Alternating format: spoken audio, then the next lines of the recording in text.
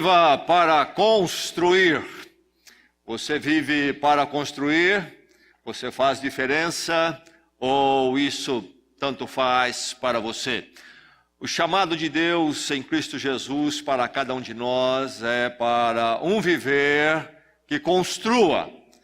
E nós estamos focando nesse tema, olhando a vida de um homem que, porque viveu assim, passou para a história. Neemias, um dos líderes, grandes líderes de Israel no Velho Testamento. O livro de Neemias é o nosso foco, temos pensado e vamos continuar pensando na mensagem do livro de Neemias. Antes de irmos ao livro, vamos recordar um pouquinho sobre o cenário onde essa história acontece, onde a vida de Neemias acontece. Lá está o povo de Israel no Velho Testamento. Bem, na verdade, Israel já havia sido dividido em dois reinos na época de Neemias, o reino do norte e o reino do sul, mas os dois reinos andaram longe do caminho do Senhor e acabaram então sofrendo por causa disto.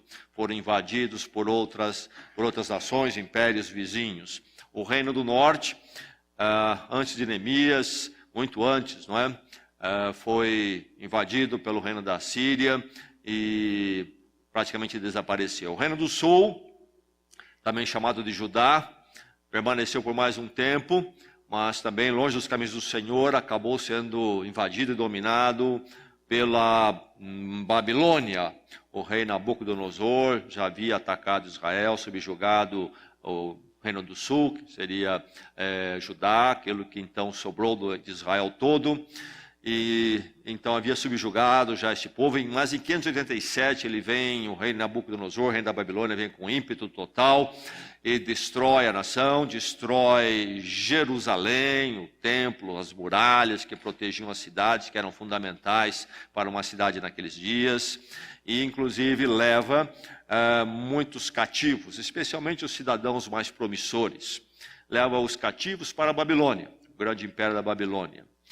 Bem, passados anos, segundo as profecias e o cumprimento delas, o povo de Israel os israelitas, o povo de Judá, na Babilônia, recebe permissão para retornar à terra. Isso acontece porque o reino da Babilônia foi dominado pelo rei Sírio, o rei da Pérsia, e então agora é o novo império, o novo poder, ele subjuga os babilônios e ele é que então autoriza o retorno dos cativos. E aí Israel começa a retorna em levas, e antes do livro de Neemias, você tem o livro de Esdras, que vai narrar justamente isto, o início dessas voltas, e acontece também no livro de Neemias.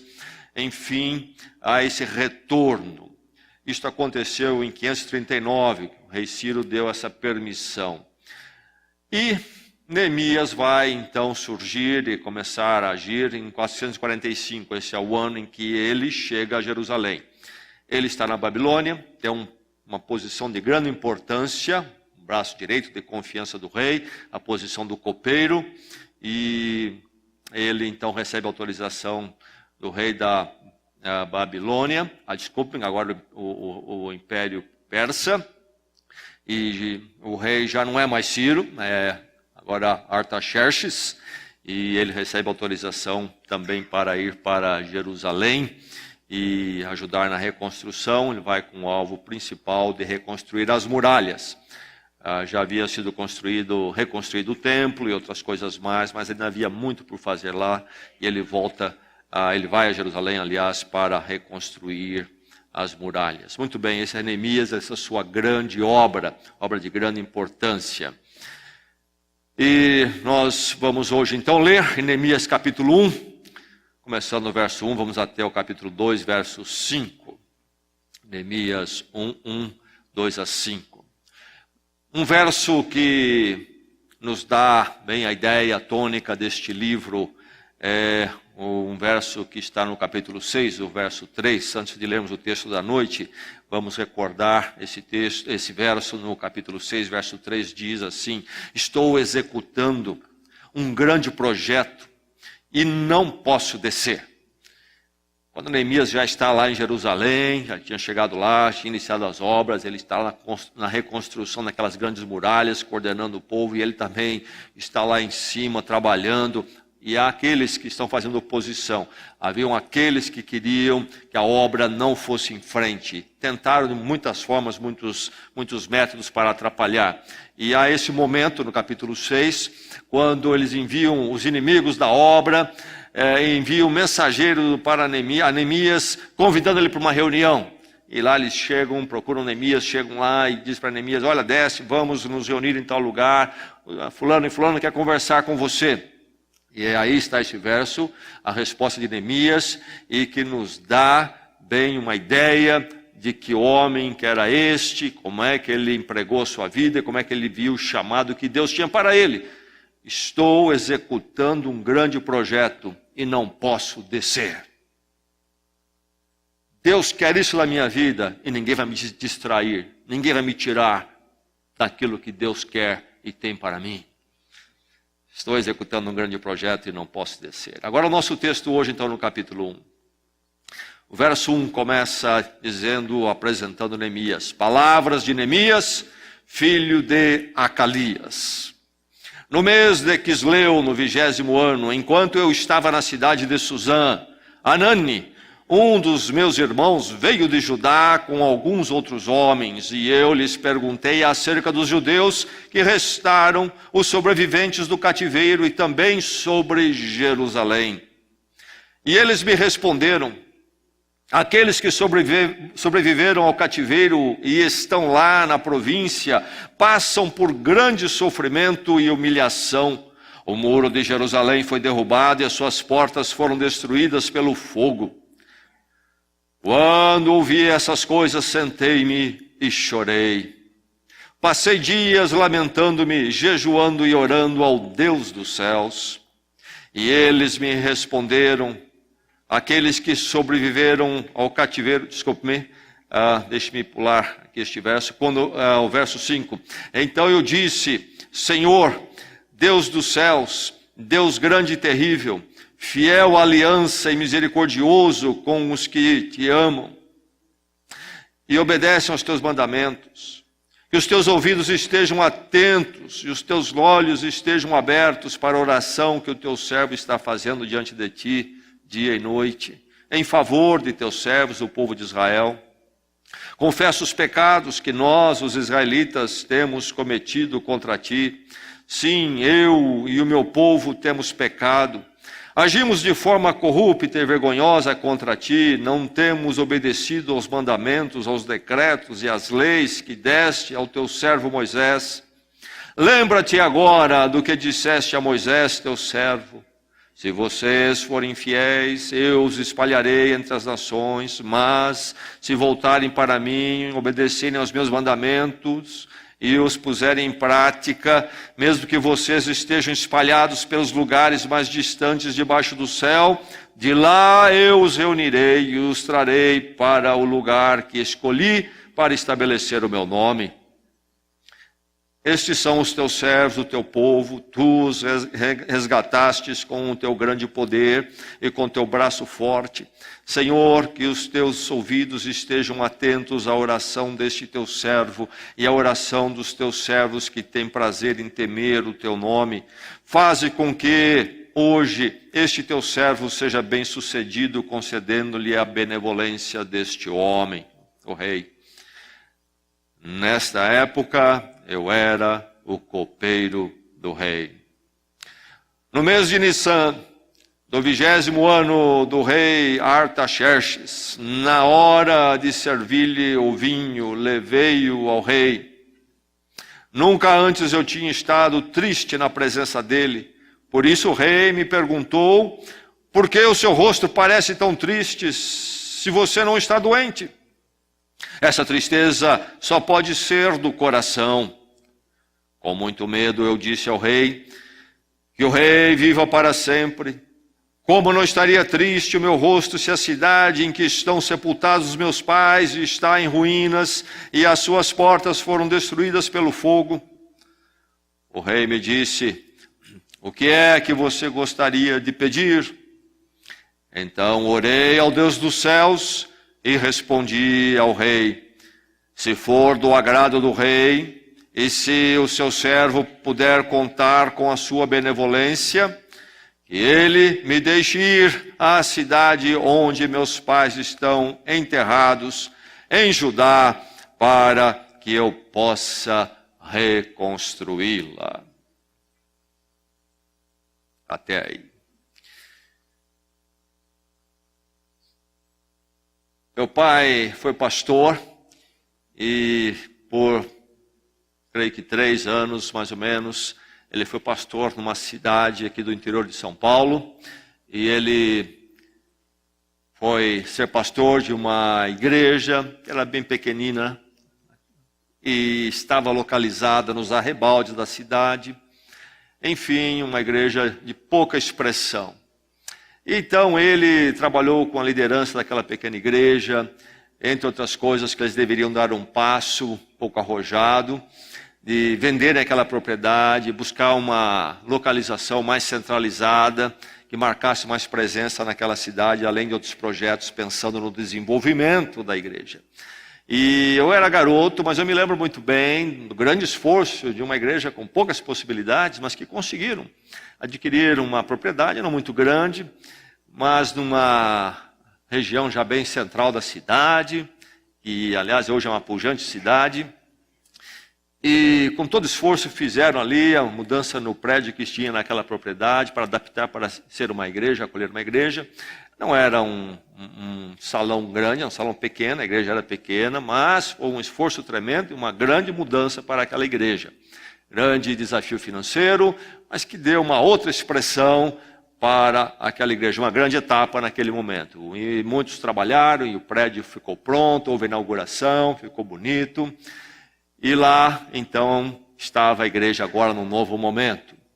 Mas, passado o tempo, meu pai foi ser pastor em outra localidade, então eu também, minha família, fomos. E nunca mais voltei àquela cidade ou àquela igreja. Aliás, voltei por volta de uns 25 anos a 30 mais tarde. Já adulto, casado, com filho. Voltei àquela igreja. Passei lá um domingo de surpresa, estava em férias e até parei para assistir o culto, participar do culto lá domingo à noite. Ninguém me conhecia, não sabia quem eu era, e o povo, inclusive, já havia sido todo mudado. Quem estava lá também eu não conhecia, mas enfim, cultuei com eles. Mas me chamou a atenção, quando eu olhei aquela propriedade e o prédio. Naqueles 25 ou 30 anos, eu creio que nem uma pintura se fez daquele prédio. Talvez uma pintura, quem sabe, mas parecia que precisava ser pintado novamente. Nada mais foi feito. O que aconteceu? Um grande momento, um grande passo, e depois, 25, 30 anos, nada se acrescentou. Lá estava o mesmo grupo em termos de tamanho, dentro, prédio, é a mesma coisa. Eu creio que a diferença é a visão. Se falta visão, se não tem a visão, a coisa vai ficar como está. E quando fica como está, na verdade não fica como está. A tendência é até ir deteriorando aos poucos. Isso é verdade com a igreja, isso é verdade com a estratégia de prédios, mas isto é verdade em relação à sua vida, à minha vida. Isso é verdade em relação ao matrimônio, isso é verdade em relação à família, à comunidade familiar, isso é verdade em relação à vida espiritual da igreja. Se não houver a visão, então as coisas vão estagnar e estagnando vão deteriorando. É preciso a visão. E na verdade a visão pede um visionário. É preciso que no grupo haja visão, os participantes sejam visionários e possivelmente uma liderança, porque um grupo sempre precisa de liderança, uma liderança visionária. E a grande verdade da palavra de Deus é que em Cristo eu e você somos chamados para sermos visionários. Você é chamado em Cristo para ser um visionário. E a mensagem desta noite, a palavra de Deus, olhando Neemias, dentro do cenário da palavra de Deus toda, o que é que ela diz? Diz a você, seja um visionário. Diz Neemias ao rei, que me deixe ir à cidade, Jerusalém, para que eu possa reconstruí-la. Verso 5. O que Neemias tem no seu coração e que ele coloca diante do rei é que ele quer ir a Jerusalém. Talvez ele nunca pisou em Jerusalém, ainda que ele fosse judeu. Nasceu talvez no exílio, mas tem contatos, informações. O povo vai e vem, e ele recebe a visita de um irmão que ele diz, talvez de sangue, talvez irmão no sentido de amigo próximo. Enfim, Ananias vem de lá e traz então a informação para Neemias. Ele pergunta e ele dá a informação, a situação lá não está boa, está difícil, foi destruída, as muralhas foram destruídas, as portas da cidade foram queimadas. E aí aquilo pesa em Neemias, ele chora, ele ora sobre isto, e ele é alguém de confiança do rei, e num dado momento ele aproxima do rei, e o rei então vê que ele está triste, pergunta por quê, e ele, então temeroso, ele ora a Deus e coloca diante do rei o que está no seu coração. Neemias olha para a cidade à distância, que ele nem viu ainda, e já concebe uma construção, reconstrução das muralhas, que me deixe ir para que eu possa reconstruí-la. Visão, visão.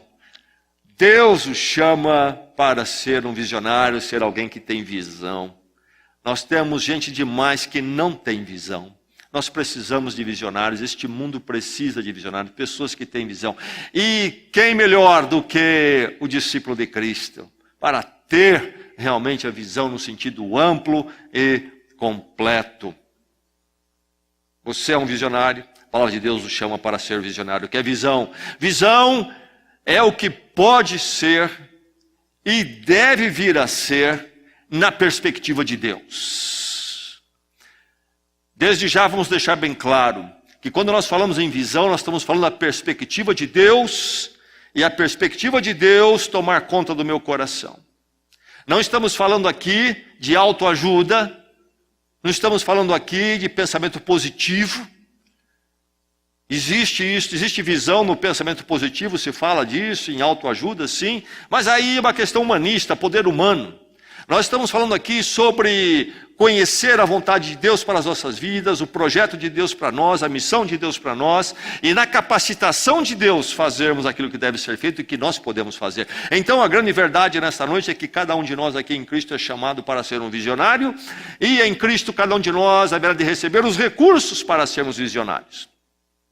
Para a sua casa, sua família, seus filhos, para os projetos da sua vida, a melhor forma de Deus usar a sua vida, onde você vai empregar os seus conhecimentos, as suas habilidades, na vida na igreja, na sociedade, em nome de Cristo e na capacitação dele, você ser um visionário. Isto é, você ser um daqueles que vê o que pode ser e o que deve vir a ser na perspectiva de Deus e no poder de Deus. Seja um visionário. É uma vida que vale a pena, é uma vida plena, é uma vida onde eu não me vejo mais como um insignificante. A partir de Cristo, é a visão da vontade de Deus, do que Deus pode fazer, onde Deus me colocar, no meu mundo, nas minhas possibilidades, eu serei um diferenciador, alguém que saiba onde está, onde as coisas estão e para onde pode ir, segundo a vontade de Deus. Vivemos diferente, levantamos nossos olhos. Seja um visionário, reaja ao desafio. Aqui está Neemias. Neemias ouve sobre o desafio, a necessidade, e ele reage. Ele primeiro enxerga, porque se não enxergar não tem o que reagir. Ele enxerga o problema, ele enxerga a necessidade. Você enxerga o problema, a necessidade da sua casa, da sua família. O que seus filhos precisam, qual a necessidade deles. Material, sim, mas muito mais amplo. Material dentro da vontade de Deus para os seus filhos, para o seu matrimônio. Você enxerga o problema, o desafio, da necessidade da sua vida, em termos de plano, projeto, profissional, servindo a Deus diante do mundo. Como membro da igreja, como discípulo de Cristo, você enxerga a necessidade e o desafio. Enxergando, então, reaja. Neemias reage. Ele não fica estagnado, indiferente, estático. Não, ele reage. Alguns notam a necessidade e desafio. Outros não veem nada. Não veem nada. Impressionante. Está caindo aos pedaços e não vê. A casa está caindo aos pedaços, não vê. A família está caindo aos pedaços, não vê. A igreja está cheia de necessidade, não vê. Não vai a lugar nenhum com a sua vida profissional e não percebe. Alguns notam a necessidade, o desafio. Outros não veem nada. Não percebem nada. Uma vez, tempos atrás, eu creio que já faz uns 2 anos isto, eu me lembro que eu vi um pedaço de papel grande jogado no estacionamento lá. Normalmente quando eu vejo alguma coisa assim, já vou pegando, vou recolhendo, mas eu resolvi fazer um exercício. Eu não peguei. Eu vou dar uma olhada. Como é que as pessoas vão reagir? E pessoas vieram, foram, ninguém pegava o pedaço de papel. Alguns notam a necessidade, outros não veem nada.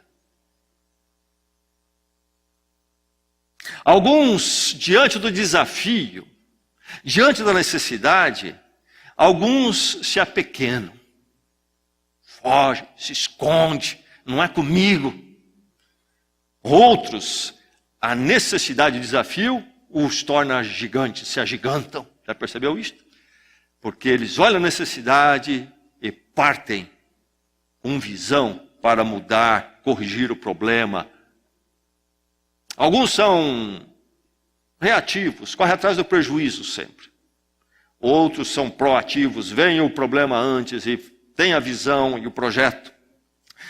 Reaja ao desafio, seja um visionário, não seja um inerte, mas seja um inconformado.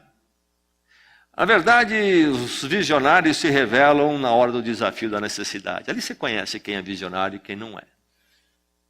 Proativo, visionário, surge o problema, a necessidade, deixa eu ajudar, vamos fazer assim. Vamos caminhar de alguma forma. Reaja ao desafio, seja um visionário. Meu irmão, minha irmã, em Cristo, Deus o chama para ser significativo, fazer diferença, ser um visionário. Ser alguém que aponte direção. Quando a gente caminha pela estrada, às vezes tem aqueles sinaizinhos que falam da quilometragem.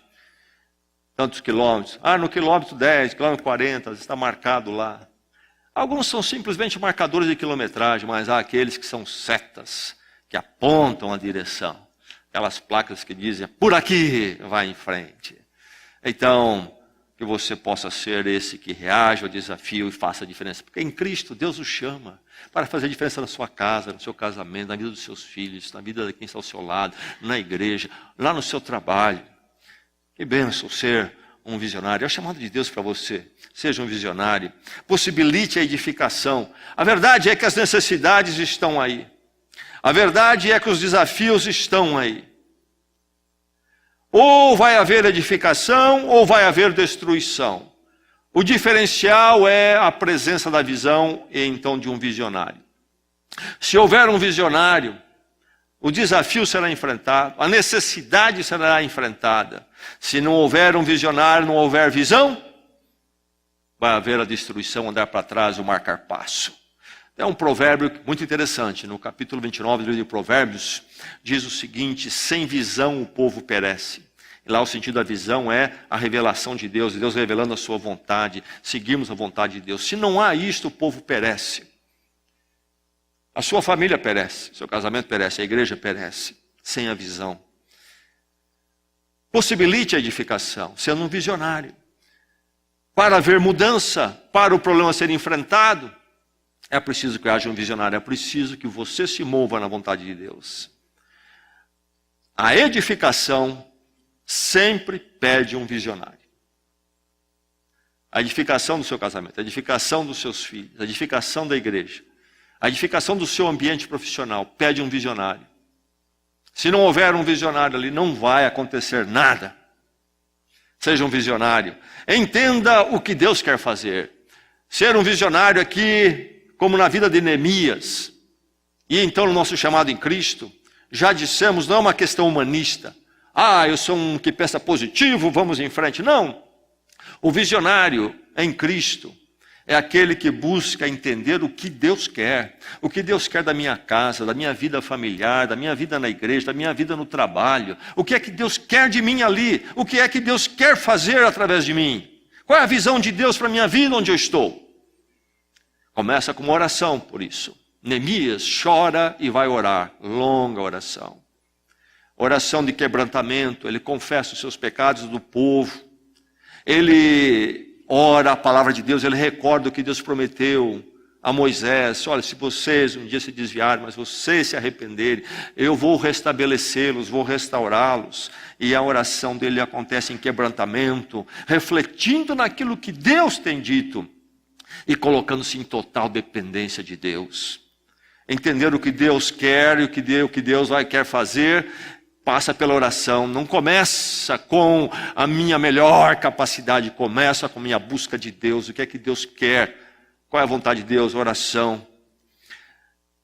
Não é uma questão da vontade humana, eu posso, eu faço, eu aconteço e comigo tudo muda, mas uma dependência da vontade divina.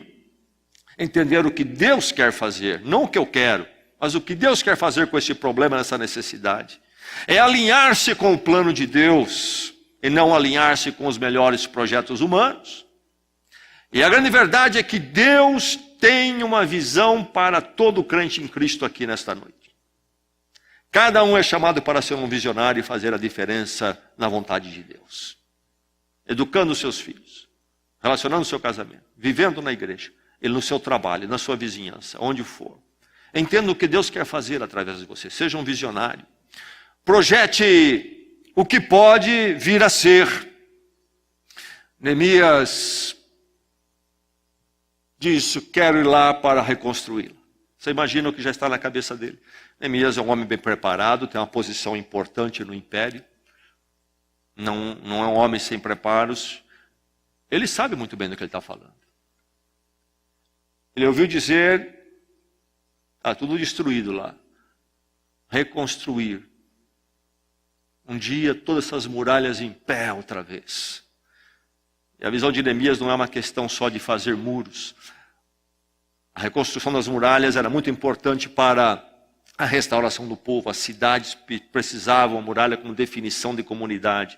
Para que Israel voltasse à vida e voltasse a ser novamente. A reconstrução da muralha de Jerusalém era fundamental. Mas não é uma questão só de enfiar gente dentro de muros. Depois da segunda parte do livro, vamos ver que aí Neemias trabalha com o encontro do povo com a palavra de Deus. Ter dentro da cidade definida, o povo definido, vivendo em comunidade, agora vivendo em comunidade como povo de Deus. Visão, visionário, projetar o que pode vir a ser. As coisas estão assim, mas na vontade de Deus pode ser diferente. Ver além do que é, o que Deus quer fazer, o que Deus pode fazer, não no meu poder, mas no poder dele, se eu andar segundo a vontade dele. É mover-se na provisão da graça de Deus, e não nas possibilidades humanas. Seja um visionário, projete o que pode vir a ser. Seja um visionário. Deus nos chama para ser um visionário. Onde você está? Defina o objetivo. Diante de Deus, entenda então o que pode vir a ser e defina o objetivo. Às vezes cansa-se de ver as pessoas desperdiçando as suas vidas porque eles não têm um olhar firme no propósito de Deus, no objetivo de Deus. Eles parece que estão olhando, mas não estão, eles desviam para cá, eles pensam que manobrar, escapam para cá, escapam para lá. É preciso entender a vontade de Deus para a sua vida e fitar os seus olhos ali e nada o tirar de você andar na visão de Deus para a sua vida. Como cônjuge, como pai, como membro da igreja, como cidadão. Que Deus quer que eu faça o que eu seja. E não dança para cá e dança para lá, e cai para cá e cai para lá, e vou para cá um pouco, depois para lá. Não. Objetivo. Neemias sabia exatamente. Quero ir e reconstruir. Sabia muito bem o que é que Deus tinha para ele, para Jerusalém. Visão é clareza de propósito. Ah, eu vi na televisão isso. Acho que é isso. Não, uma turma lá onde eu trabalho falaram isso. Na escola falaram isso. Então acho que é isso aqui. Sei o que Deus quer de mim e da minha vida, o que Ele tem. Eu vou andar no meio deste mundo, deste povo, vou ouvir todo tipo de chamado, mas eu tenho clareza e nada vai me distrair, nada vai ofuscar aquilo que eu estou vendo no Senhor. Lá está Neemias, lá em pé nos andaimes, verificando, coordenando o assentamento daquelas rochas enormes, etc. E vem o pessoal, Neemias, desce, nós queremos bater um papo lá em tal lugar, fora da cidade, em outro lugarejo. Não posso descer porque estou executando um grande projeto. Ninguém vai me tirar disso aqui. Ninguém vai tirar a minha visão. Compromisso com o propósito e o projeto. Qual o projeto de Deus para a minha vida? Seja um visionário. Planeje como implementar. A visão é algo que é processual. Nós temos entendimentos muito infantis com relação à ação de Deus em nossas vidas, e nós ficamos sempre pensando em coisas pontuais. Que foi lá, Deus fez isso, mudou tudo, acabou. Um discipulado é uma peregrinação, e Deus vai trabalhar a visão dele em nossas vidas de forma processual. E sabe? Em geral, Deus não tem pressa, sabia disso? Nós temos pressa. Nós somos os instantâneos. Vivíamos na era do instantâneo, aliás, não é? Micro-ondas. E queremos um micro-ondas espiritual. Vamos para cozinhar ali. Em casa nós comemos muito ovo pela manhã. E muitas vezes uma forma de usar o ovo é cozido. Põe ali 10 minutos. Tem um jeitinho de enfiar o ovo no micro-ondas 50 segundos. 10 minutos? Esperar? Deus trabalha de forma processual. Eu me lembro, quando depois de um grande esforço, nós compramos essa propriedade aqui. A igreja tinha um prédio no centro da cidade, não é? E nós fizemos algumas vezes um dia de jejum e oração. Orarmos pela igreja. Eu gostava de pegar meu carro na hora do almoço e vir aqui. Estacionava ali em frente, aqui era no mato, e orar. Eu olhava o mato e pensava, quanta formiga deve ter aí? Como é que vai ser? É processual. Deus vai trabalhando, trabalhando. E passado o tempo nós olhamos para trás e nós falamos quanto que Deus fez. Louvado seja o Senhor. Quanto Deus fez na minha casa. Quanto Deus fez na igreja, quanto Deus fez na minha vida. Só construção e edificação. Nada de destruição. E quando o inimigo bateu, ele perdeu. E nós continuamos em frente na nossa visão. Planeje como implementar processualmente a sua estratégia e cronograma. Neemias vai estabelecer. O primeiro passo é falar com o rei, conseguir autorização. Ele não saiu correndo, vou fugir, não.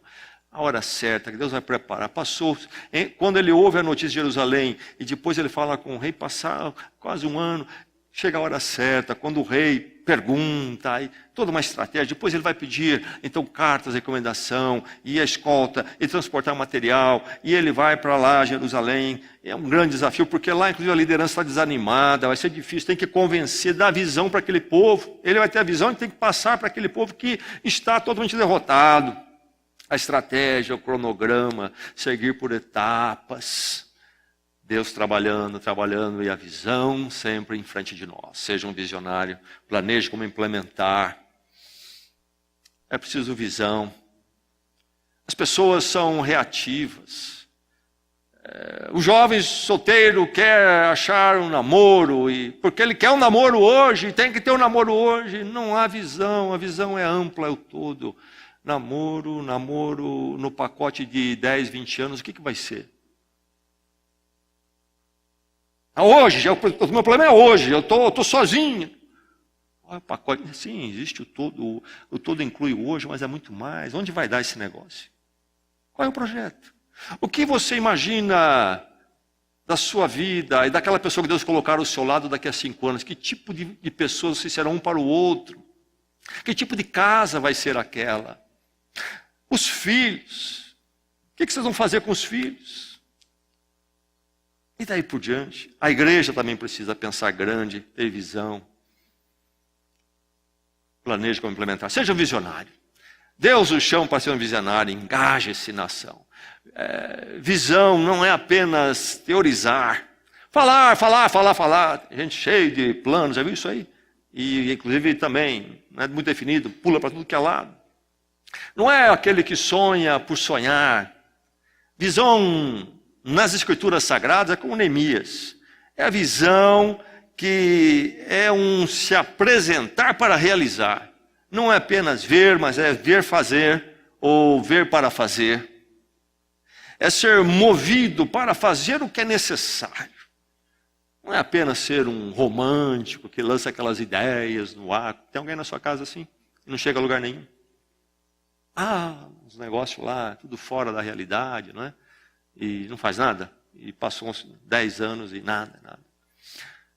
Seja um visionário, engaje-se na ação. Meu irmão, minha irmã, no meio dessa semana, luta, sim, Neemias também tinha antes dele. Mas Deus trabalhando e a visão sempre na frente. E nunca se distraindo, desviando, mas no poder de Deus em Cristo. Indo para frente, fazendo mais e mais. Deus nessa semana o chama para ser um visionário como Neemias. Fazer a vontade de Deus, reconstruir para a glória de Deus. A reconstrução de Israel, Jerusalém, restabelecimento de Israel era fundamental porque dali viria o Messias, Cristo Jesus. É muito mais que pedra, é muito mais que muro. São vidas edificadas no grande plano de Deus em Cristo Jesus. Você é um Neemias, foi chamado para ser um visionário em Cristo. Seus amigos não são, seus colegas do mundo não são. Você é um crente em Cristo Jesus. Levante a cabeça, meu irmão, minha irmã. Não é uma questão de onde está. Os muros estão caídos, estão feios, mas eles podem ser reconstruídos com a graça de Deus. Que o Senhor o conserve sempre um visionário na sua casa, na igreja e na sociedade. Vamos orar.